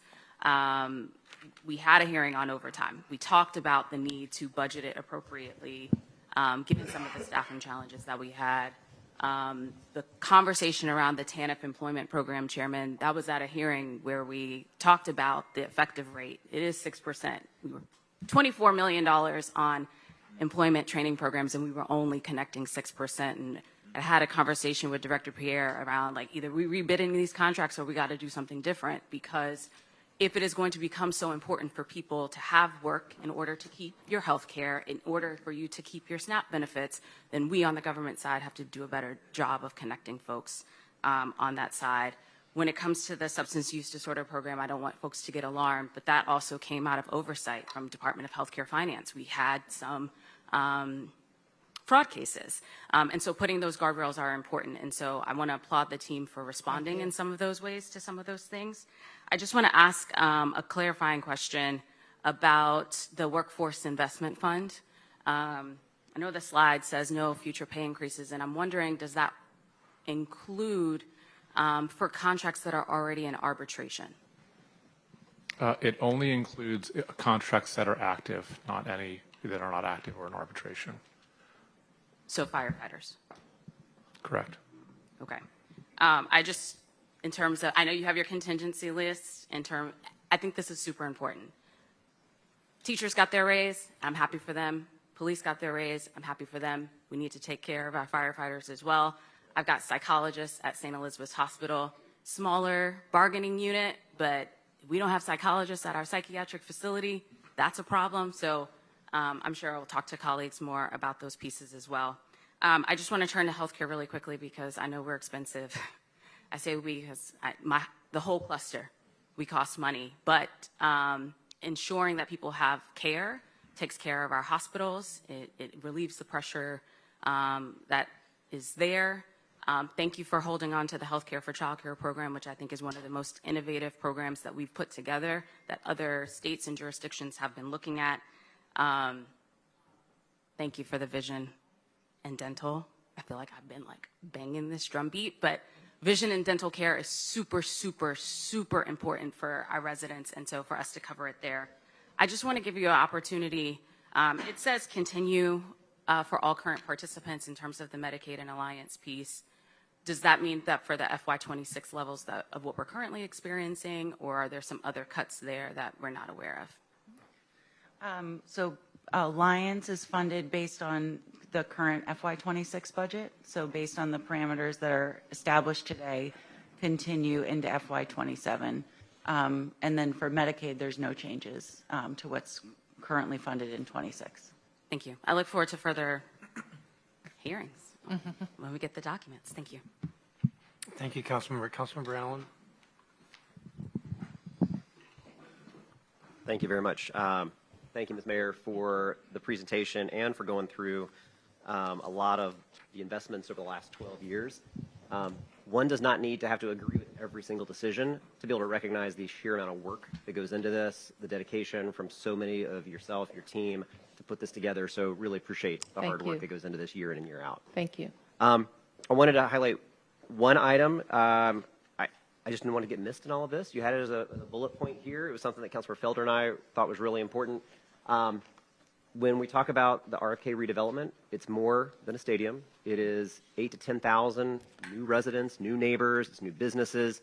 and the funding that was included in this to ensure that we have a new fire station built as part of this entire new neighborhood being built out. I just didn't want that to get missed, and appreciate you putting that in the budget because I think that's going to be really a smart investment for our communities in wards 6 and 7, and of course for all the neighbors who are going to live there. So I appreciate that. You bet. And you will find when you get into it, there's a lot of infrastructure that is going to really, how should I say, make Ward 6 and Ward 7 happy. And it is needed. It's in many cases kind of backlogged, and there's a huge amount of investment in the streetscapes, in the bridges, and how we're going to deal with H Street Northeast. And I think everybody is going to be very pleased with it. But it is a big, I tell Councilmember Felder this, but this is a city investment. It is in Ward 6 and Ward 7, but it is a city, and Ward 5, well, don't feel left out. But it is a big city investment in infrastructure that I think is like a 50-year investment. Yeah, agreed. And I know once we get the budget next week, we'll have a chance to dig more into that. Speaking of the investment, one of the things that's obviously very important for growth is our metro system, and I didn't hear that listed here. Obviously, we can dig more into it next week, but I wanted to ask, what if we are growing, and we want to continue growing and investing? We've been working, obviously, with our colleagues in Maryland and Virginia. Maryland is trying to take kind of a phased approach into the investments over the next several years. Just wanted to ask if you or your team can speak to what direction you're looking at in the proposed budget. Yeah, I think, and Kevin serves with you on the Metro Moves board for me, and one of the little factoids that I enjoyed watching was how the Metro investment has changed over the years. I think when I became mayor, or maybe when I joined the council, Metro, it was in like the top 5, and our Metro investments have doubled in the last 12 years too. And so it is important for us. As you know, I'm a huge investor and believer in the importance of Metro to us. But I think that the jurisdictions have worked well together in managing that growth in terms of what we fund. So I think our approach should be to watch Maryland and Virginia, and we will do our fair share. I just add there, when people think of Metro, there's 3 parts that you should think about. There's our operating subsidy, makes the trains and buses run. There's our capital subsidy. And then there's what's called DMV Moves, which is an attempt to try to address the fact that the state of good repair funding that we created in around 2017 is going to come to an end in 2029 or 2030. So there's sort of the 3 buckets you should think about. The capital budget for Metro is going up, consistent with the request that we get from Metro. The operating subsidy is an interesting story, which it is going up, I think 0.8 might be the amount. But Metro is overperforming in terms of the number of ridership it has, which actually took what we thought was going to be a much larger operating subsidy down to a more modest one because more people are using particularly Metro Bus, but also Metro Rail. The third bucket, which is sort of what to do in 2029, 2030 when there's a capital cliff, that's something that we did look closely at our neighboring partners. When we put our internal pencils down about a month before the official pencils down, we really needed to see, I call it like affirmative confirmation, that really was going to be on their budgets for this cycle. Remember, there's about 3 more cycles before you hit at 29, 30. We didn't get the full confirmation from either Virginia or Maryland. Again, that was a month ago. They're still in their finalization processes. So therefore, it's not reflected in what we're submitting to you. Got it. All right. That's helpful. And I look forward to working with you in the weeks to come on that. 2 other quick questions. I am concerned about the proposed reduction for paid family leave. But what I wanted to understand was, are you proposing to reduce the 0.72% rate, or is it that the rate stays the same, but the funds going into paid family leave are moving? Yes, so the rate is unchanged, and the parental something's concerned, and the parental leave is unchanged. The medical leave has a fiscal 1-year pause. Okay. All right, so the rate is staying the same, but your proposal is to change the structure of the Yes. benefits. Okay. And I entered this with a strong suggestion that if there's contingent funds, that medical portion be included again, but reformed, and that the employer portion be reduced. Okay. All right, thank you. And then last question, and it certainly can follow up with Deputy Mayor Albert and your team. On it was slide 20 in your presentation around the sale or the proposed tax abatement for federal government property sales. The lion's share of the federal properties are in Southwest DC, and I'm trying to understand the revenues being proposed to move up into the downtown revitalization, because I don't think traditionally this part of the Southwest corridor has been defined under downtown revitalization. So I'm trying to understand that one a little bit. Can certainly follow up with Deputy Mayor Albert and your team as we get more details next week. Sure. But I'm a little concerned about what that means for an area that we're really trying to help develop and connect to downtown from the Southwest, which really can be a bridge between those two different neighborhoods and be part of our economic revitalization. Yeah, so and thank you for mentioning that, because I think this is like a very exciting thing. A lot of times when we're following this, like, oh, this building sold, and we don't see what's coming because it's going to be a few years, right? But we have a whole part of our city that has been underutilized for some time. And presents us with a great opportunity to get more people, more taxpayers, more housing to mix with the commercial development. So over the course of some time, that is going to come online. And we think the district should send the clear message that we want to be a partner, and this is the way to get that done. So how the fund works, I think, is up for discussion. Okay. Happy to work with you and your team on it. To help people picture the scope of it, right? It's big. The USDA building, the square footage of that building is roughly equivalent to the Empire State Building. It's just the Empire State Building goes up, and USDA is really, really flat. So there's huge opportunities here. Yes, big opportunities. Look forward to working with you. Thank you, Councilman Brown. Councilmember Parker. Thank you, Mayor Bowser, and I want to applaud your many years of service. Thank you. I do have a few questions that I want to jump into. I note here that you highlight an investment of $46 million to improve youth rehabilitation facilities, including new housing units to expand capacity. Can you elaborate on that? Sure. Jenny. So that investment is split across, so 2 new housing units, one at YSC and one at New Beginnings. And what it will do is add additional capacity to address, as you know, we've seen higher placements, and so we've had to contract out for more shelter placements. This will allow us to expand capacity at those facilities. And is it focused purely on housing, or is it programs and services? It is mainly housing, but there will be some programmatic space in there, and we can get back to you with the breakout. Okay. Second question. In terms of the child care subsidy program, I have a lack of understanding about when the wait list will be opened, or what's the threshold we must meet. I'm clear that we're hoping for there to be natural attrition. We're establishing this wait list. Can you just speak to when might that wait list be open, or what is the magic number? I note that you have it here on your contingency list, but it's not clear if we're investing money what that might lead to. This is a good question. I think we also had a similar discussion at a hearing a few months ago. So this is an important clarification. So the level of child care subsidy funding depends on a few things that we project and estimate. We hope to get it right. One is the wait list is scheduled to go in effect in a few weeks. So we don't fully know how many people will sign up prior to the wait list officially taking place, but so we'll have an assessment of that once it officially comes in, I think in early May.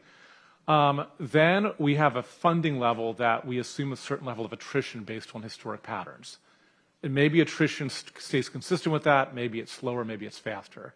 So there is a target number for FY27 through the duration of it that we have that is a mixture of working with OSSI, projecting out how many people sign up before the waitlist comes in, and what is the attrition rate. Based on current level of funding, it is not likely that the wait list will be lifted through the duration of FY27, given projections we have about a naturally occurring attrition of those who are in those slots. That is why it made the list of the mayor's contingent revenue list, I think right underneath CBA's. Is it fair to say as more families sign up in the coming months, we'll have greater clarity about what that threshold might be? I think that's correct, and I think we're looking at a program at least beginning in late 27, 28, 29, that's around 6,000 children. Okay. Then I wanted to quickly ask about some Ward 5 stuff. So I really am excited about the development downtown, but I have been working with the Office of Planning to reimagine Rhode Island Avenue. I want to shout out the Office of Planning and their team for working with us on that. Can you speak to how we might work together to drive development on some of our major corridors? Selfishly, I'm focused on Rhode Island. But where in the budget might we be able to collaborate on something like that to build on the work of the Office of Planning? I think it says the small area is a new small area plan. They studied the corridor from about 13th through Eastern Avenue. Okay. They have a list of recommendations. We've established a task force. And similar to what we're trying to do downtown, we want to do that on Rhode Island. Right. And I just am hoping we can collaborate before you run through the tape to drive development on that corridor. So I would just like to point to a couple of things that over the years I think that have worked for us, and it's what I shared with Councilmember Felder as well. But Kennedy Street Northwest, I think, is a great example of when the Office of Planning has come in. I think they called it a retail study there, or it was a different kind of study we did many years ago now that we did on Kennedy Street. The neighbors came together, the development community came together, and people agreed this is what we want for Kennedy Street. And the way that the government, aside from doing the study, the way that the government can help that along is with streetscape and infrastructure investments, which over the years we have accomplished on Kennedy Street, and clean and safe activities, which is another way that we can do it. And as a result, the look of the corridor has changed. I think that we still have the recruitment of businesses has come a long way. The public safety has come a long way. And then there's already, I think, a business organization on Kennedy Street, and then we just really empower them to be the champion and chief recruiter for the corridor to get more there. Now, Rhode Island Avenue is different. It's broader, carries more traffic, faster traffic. So we would want to think about how to make it feel like it's someplace where you should stop and shop or walk to. Understood. And then last question quickly. I note that included in a list of tax abatements is the development with Metro at the Fort Titan station. My team had been in touch with Metro about this, as well as the Brooklyn Metro station, and our community engagement unearthed that neighbors really care about two things: affordable housing, not surprising, but also how we're dealing with the parking lots and transit around that Metro station. Can you I know you're not going to spell out all of the particulars here, but what level of specificity or contingencies are tied to those tax abatements that we're extending to Metro? Or is that something we're going to have to do as it comes to the council? I believe, and Nina will go over this with all of you, but it would probably attaches to the existing affordable housing requirements we have near metro stations. Those are both developments have been long imagined and not delivered, and it is a huge missing opportunity for housing. Thank you. I will just take this opportunity to, again, thank you. You bet. I heard that when this is all said and done, you want to go to a fun brunch, and I hope you'll take me with you. Yes, thank you. Thank you. Thank you. Thank you, Councilmember. Councilmember Crawford. Thank you, Mr. Chairman, and good morning, everyone. Good morning. Congratulations. Thank you. To you and to your team. I know it's really difficult to put these budgets together, doing them 12 years in a row. I'm sure you have a lot to be proud of, so thank you for the service to the district. Thank you. To all of us. Really appreciate it.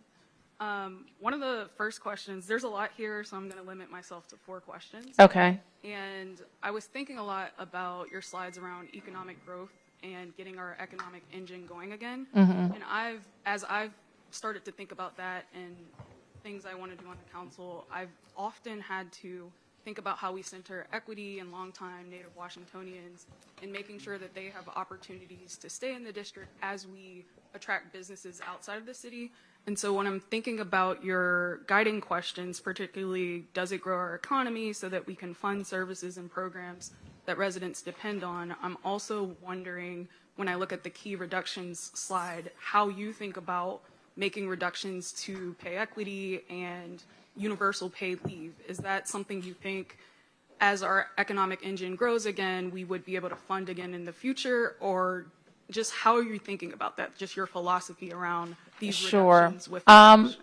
So I would ask, like, how does it respond to those 3 questions? Does it attract families? Does it attract jobs? Or does it just cost money? And so I think when you weigh that against other economic drivers, you can see that it has a big cost, but it doesn't necessarily generate new employees to have paid family leave. I mean, I think that was what people thought, and I don't know that that's been borne out. But we think it is a worthwhile investment that fits our values and is obviously supported by most DC residents, but the program has to be made more sustainable. So I would recommend that you look at some of the things that we've already kicked around. You may kick around other things to make that program more sustainable. It is one of the programs that we fund, but most of the beneficiaries live outside of the district. So just so you are aware of that. And with the other program you mentioned was pay equity. The council obviously will decide how it wants to handle this, but I think what I hear most from families is they want more opportunities for childcare, more places, more spots, more quality spots, and they want it to be less expensive.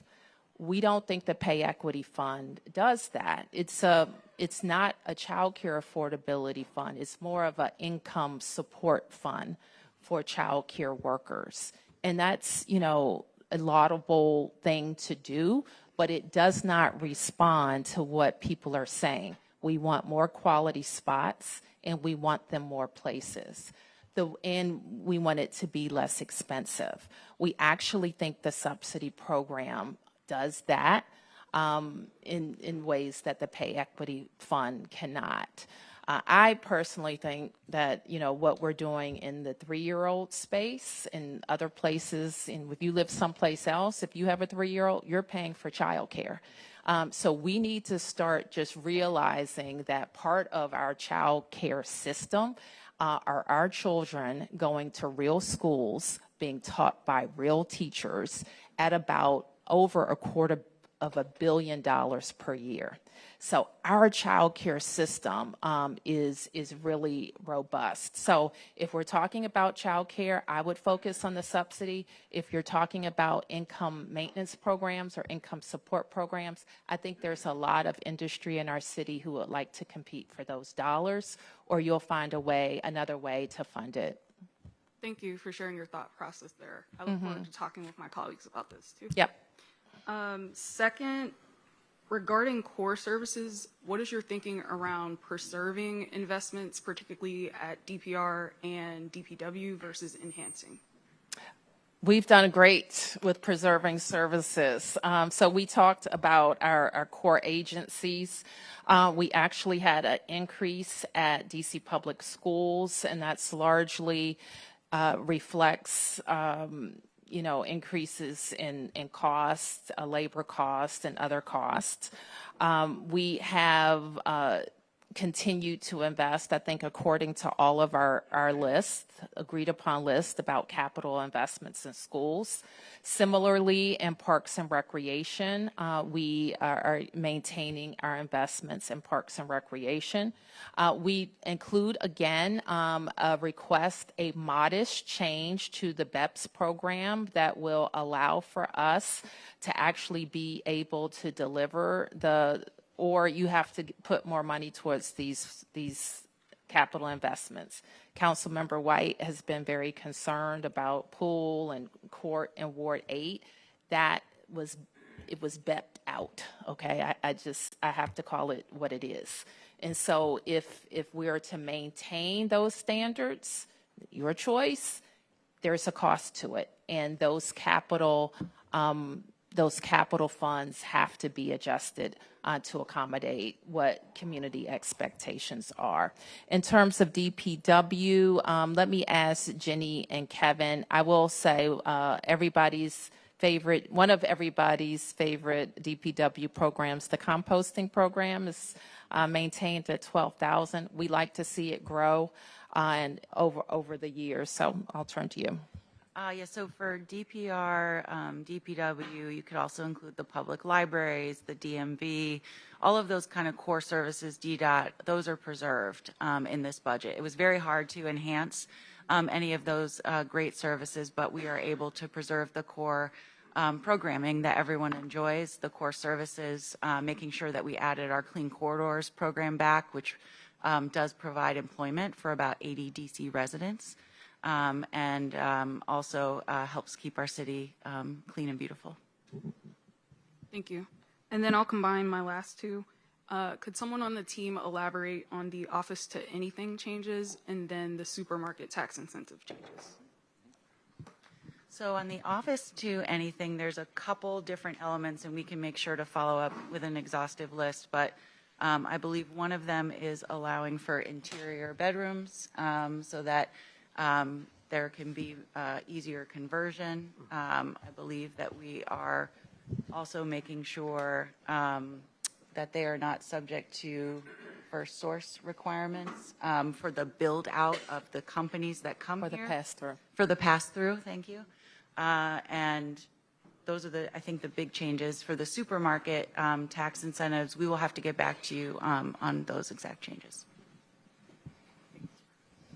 Thank you, Councilmember. Councilmember Fruman. Thank you very much, Mr. Chairman. Thank you, Mayor Bowser, for 12 years of service, 3 years of partnership with me. It's been a pleasure working with you and your team. I think we can all step back in our appreciation for all that you've done in thinking in a context of, when you watch skating or you watch gymnastics, part of the way it's measured is degree of difficulty. And holy moly, the period that you have had to navigate and have navigated successfully for all of us, really, really grateful. I'm going to have a few just clarifying questions and then one that's a larger one. On paid family leave, there have been times when your administration has talked about changing it for district employees, but not necessarily for everyone. Am I right in assuming the changes you're talking about apply to everyone, not just district employees? No, the changes I think you are referring to are the non-district program. It's the universal paid leave program. Okay, so it applies to everyone. And to Councilmember Allen's point, we have savings, but the tax rate stays the same, so those dollars will get used in the general fund in some other kind of way. Related to that, I hear you on the TAP programs. We have focused very closely on the TANF employment programs and the very poor performance of them. Some of those are federal dollars. They're federal dollars, and they have to be used for limited purposes. Have you designated where you're going to spend the $11 million cut in TAP funds, or where do those dollars go?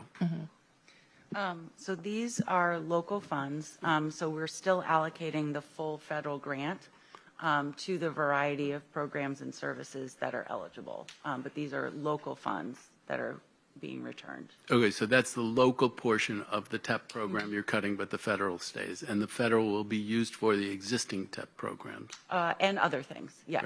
Right. I also wanted to just flag too, we did include in the Budget Support Act the proposed changes again to the DC government paid leave program that we hope the council will consider. I know that the council's held a hearing on this, and we appreciate that. It's very important to help drive down our overtime costs.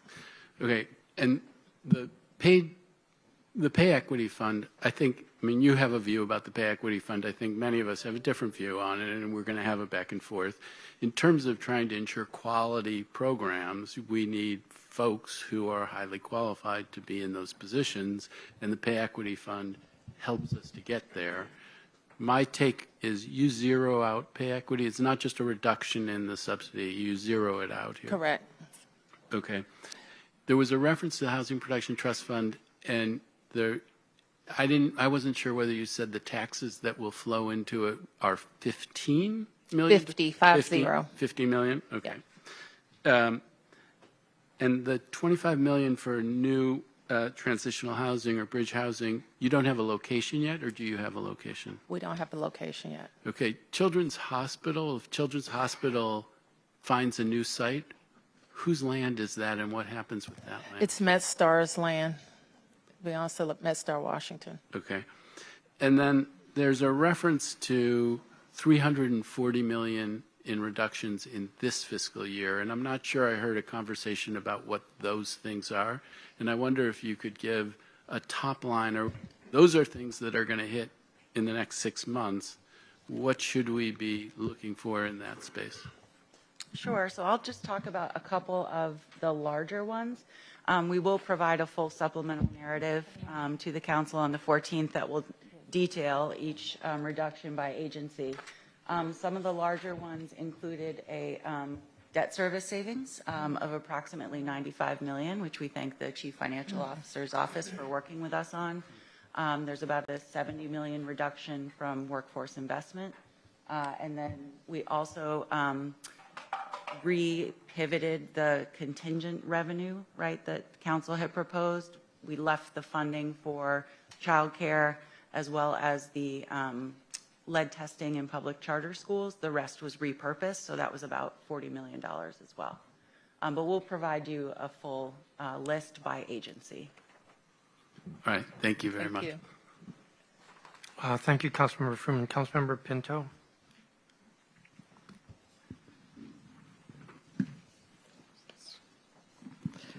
Oh, thank you, Mr. Chairman.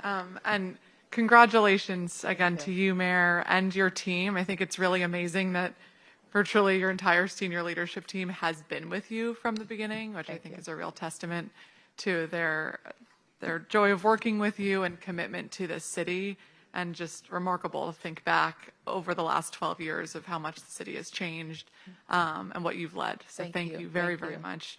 And look forward to working on this last budget together with you. I also am pretty moved to think about how far we've come with public safety. In 2023, when we sat and had this conversation, I think every single member talked about public safety, and I don't think it's come up yet today. And that is because it is not on people's mind the way it was, because you have gotten such a great handle on driving down crime. So we can now focus on all of the other important things that we need to as a city. And I want to just give Deputy Mayor Apia and Chief Carroll a huge shout out and gratitude.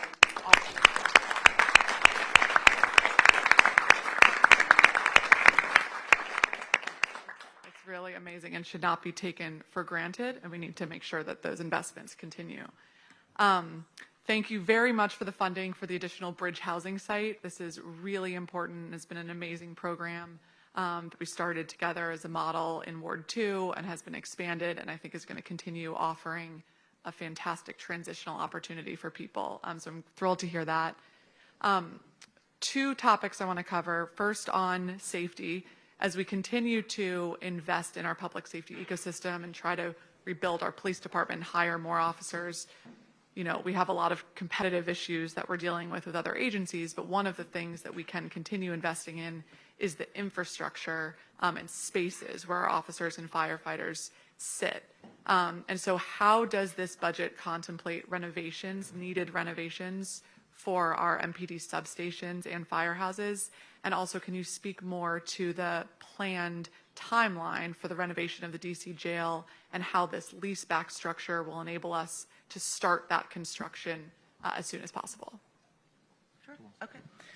So in terms of facilities for both fire and EMS as well as MPD. So for MPD, we continue funding the renovation of the 7D headquarters. There's also funding to complete the renovation of all the detention areas in the stations. There is continued funding for small cap improvements that the agency identifies each year that are needed. A big investment, while it's not a building, is fleet.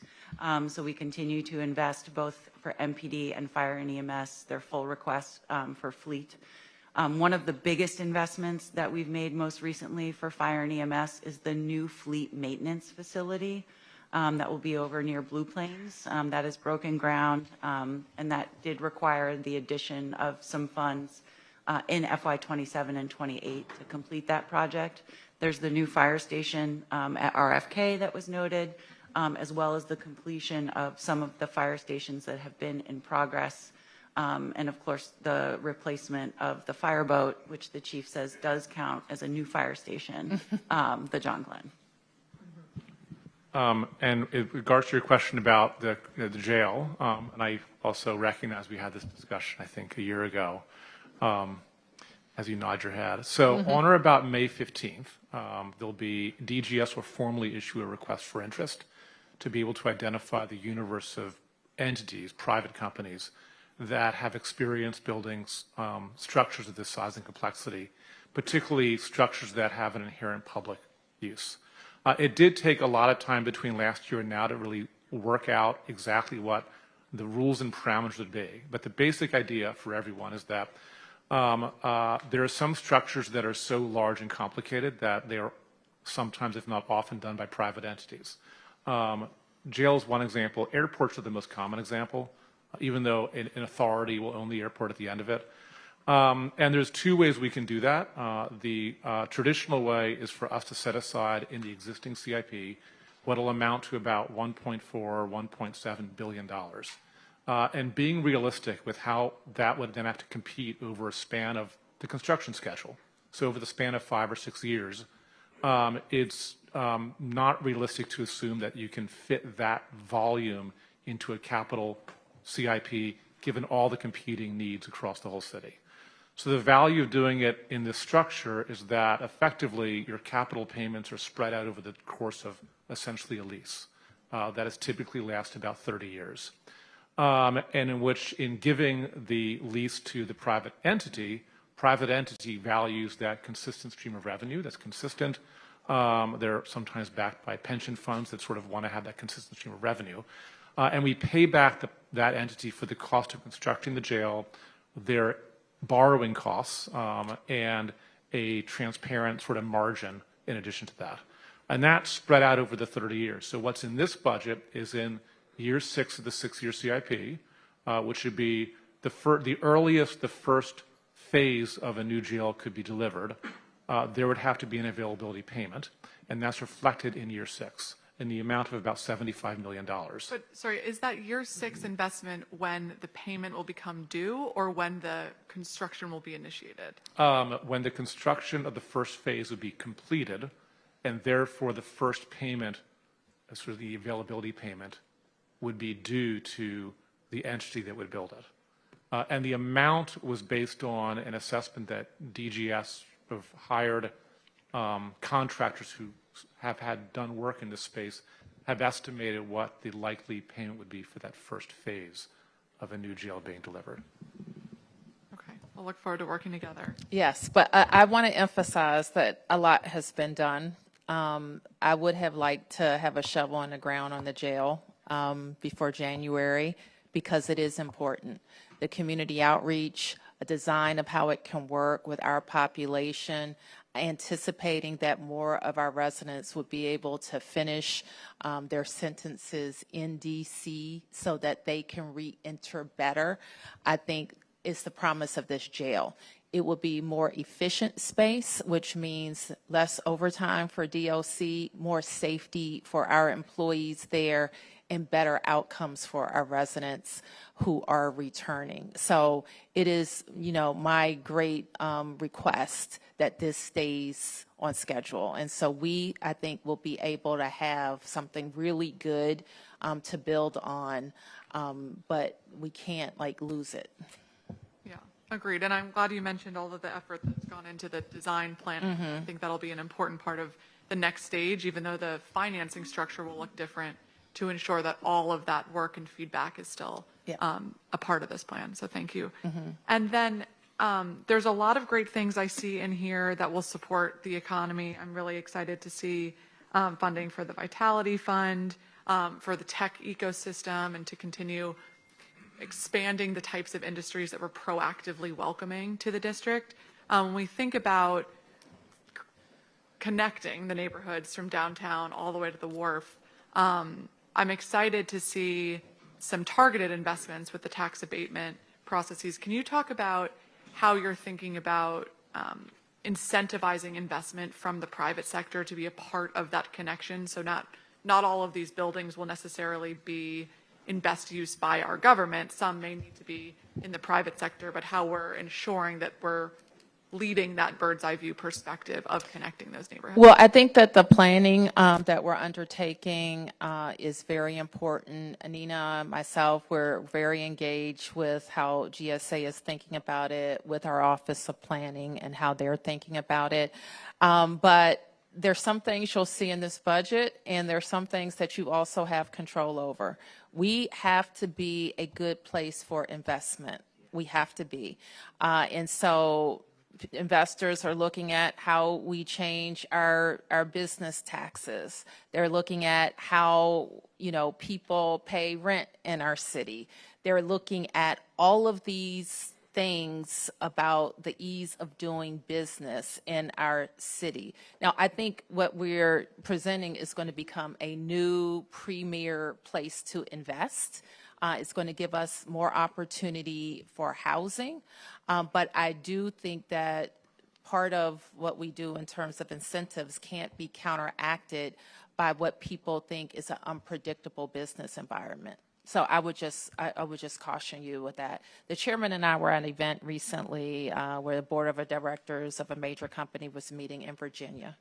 They should have been in D.C. But the first thing the CEO said is, "We love Virginia, it's so business friendly." You heard that, right, Phil? And I thought to myself, okay, it's not enough that we lost this headquarters, but it's this perception that just across a bridge, I could see it from my office, it's easier. So we're not going to be, we're Washington, D.C., but I just don't ever want to leave people with the impression that it doesn't matter what our laws are, what our taxes are, how our business climate is perceived. It matters more than ever right now. Well, thank you, and agree. And I think those of us around this table are all really important messengers for that as well. We can change the policy environment, and we all need to be consistent messengers that we are the best place in the country to do business, and we welcome businesses to grow here. There's been some discussion around the Downtown Revitalization Fund, so I just want to say to colleagues, and I know I'm a little biased given that I represent downtown, but I don't want any of us to think about downtown as like a this or that of another neighborhood. Downtown is where over half of the people in the city work, where we generate so much of our taxes to fund everything else. And so I know we know that, but as we think about the investments in this budget, I don't want it to be in competition with those other neighborhood investments that are also important, but the function of ensuring that that fund is robust is different. Thank you very much. Thank you. Thank you, Councilmember. Councilmember Nadeau. Thank you, Chairman, and congratulations, Mayor and team. Will the proposed budget maintain or increase the earned income tax credit, and does it retain the child tax credit? It does not retain the child tax credit, and it does continue the funding for the EITC expansion for those who filed in tax year 25, but it does not continue it in tax year 26 and beyond. Okay, so for 26 and beyond, it's at 85% or lower?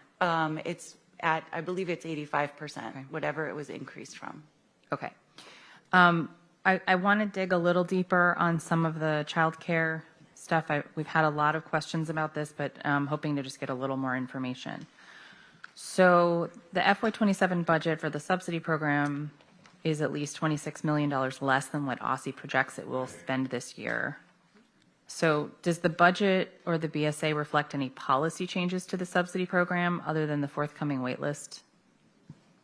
There's also the elimination of the tiered rate structure, so providers are all paid at the base rate for additional cost savings. Okay. And can you clarify in the supplemental budget how much you're adding to the subsidy program? Give me 1 second. Okay. I think it's about 35 million, but let me check. Okay. That would be adding over FY26? For this, yeah, the supplemental, yeah. 33 million. Okay, so that includes the 5.5 million from the council contingency list? That is above and beyond what the council contingency list included. So it's 40? Roughly, because it's the 2.5 plus the 5. So the 2.5 that was for pay equity and the 5 for childcare remain in OSSI.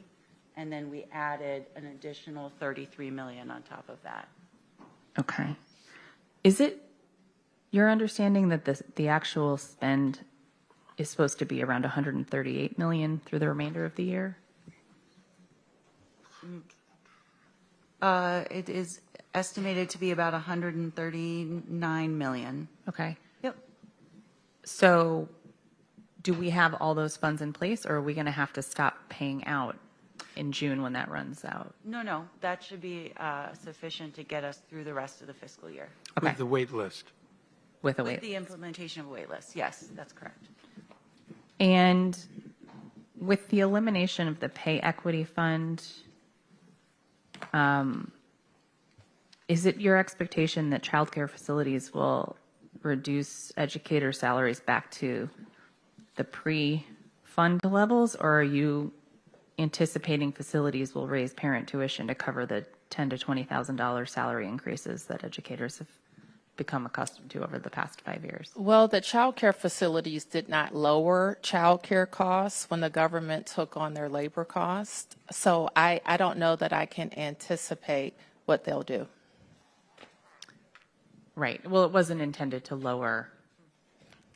It was intended to retain staff to ensure that we can have those quality slots that you're focused on, right? I mean, it's an ecosystem we're building. The intention, I think, was to raise salaries. Sure. Yep. Okay. Well, my fear, of course, and now the budget will be with us, is that we will not be able to retain the educators to expand all those slots that we need across the city that I think you've identified are the priority for families because they all go together. So we'll have to work together as a council to address that. Thank you very much for answering my questions. You bet. That goes through all the council members. I don't really want a second round. I don't think any of us want a second round. But I'm looking in case there's something really, really important, not seeing it. Let me give some closing remarks, if I may. Of course. So first, Mayor Bowser, I want to acknowledge that your staff, meaning the city administrator and budget director, Jenny Reed, and Kevin Donahue, have been very cooperative with us over the last couple of months, and that has been very helpful to the budget director as we try to get ready for dealing with this budget. And I do know that there are going to be some disagreements between council members and your proposal, but of course that is always the case. But I also want to just recognize that you had some constraints with regard to access to dollars that made your choices more difficult. And so I just want to acknowledge that. Thank you. I want to, since you were busy thanking folks at the beginning, I do want to thank our budget director, Jen Budoff. I'm not going to be able to thank everybody, but Ann Phelps, who's the budget counsel, and Andy Eisenlohr, who's the, I believe, the deputy budget director. I get the titles sometimes confused, and actually the entire council budget staff, which works for all the council members, puts in a lot of work, and so I just want to acknowledge and thank them for that.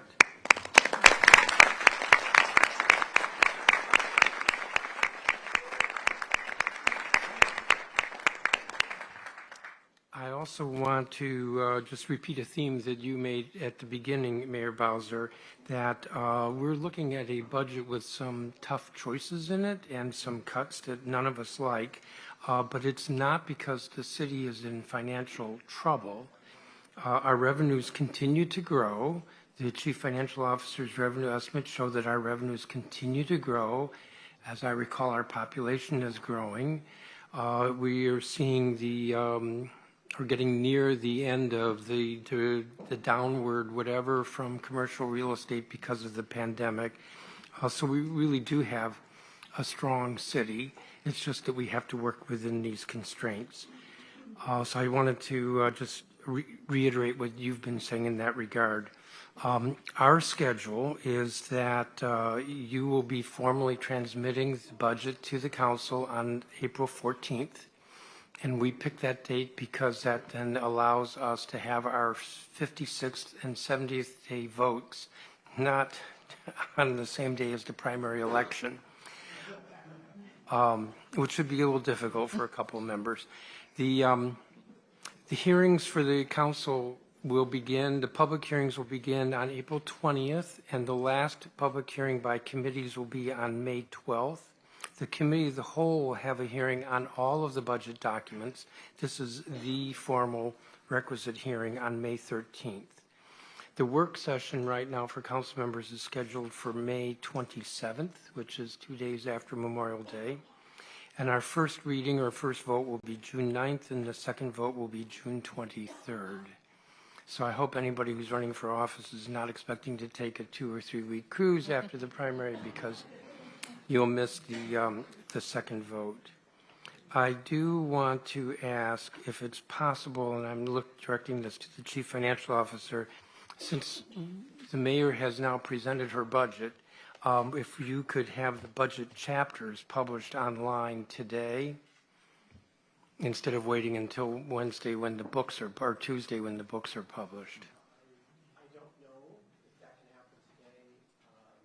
We were virtually done. Of course, we were originally aiming for the 10th. You changed the schedule when you changed the starting date, so let me check. Yes, but the chapters, of course, have all been submitted to the printer because they're being printed. Exactly. And they'll be ready on Tuesday. And I think it would be a great service to the public, as well as helpful to the council members, if the chapters could be available today. If not today, then over the weekend, so folks can start looking at the detail. That would be great. Again, Mayor Bowser, I want to thank you and all of your team for the work that you've been doing.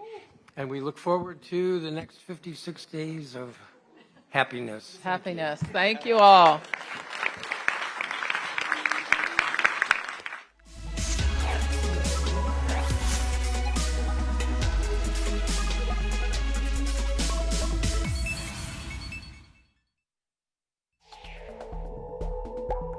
We now return to our previously scheduled program, already in progress.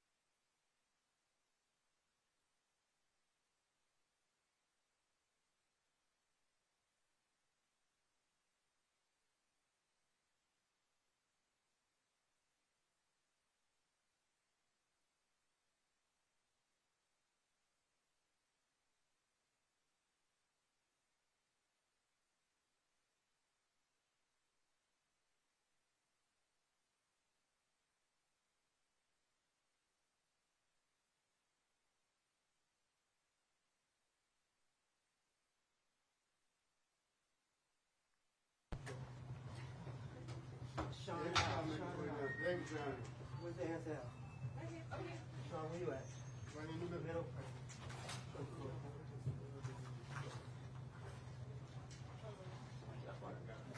I need 1 minute, please.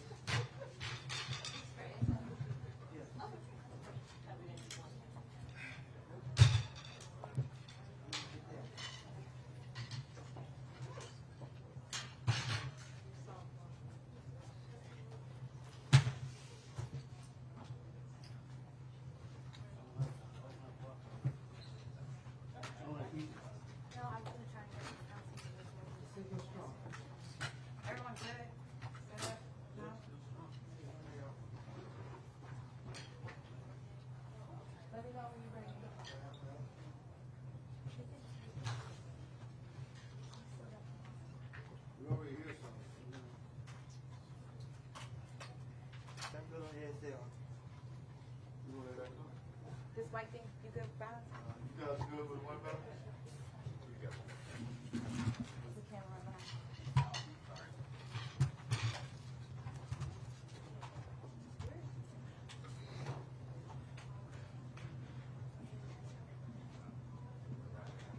So we're going hot, not killing you, right?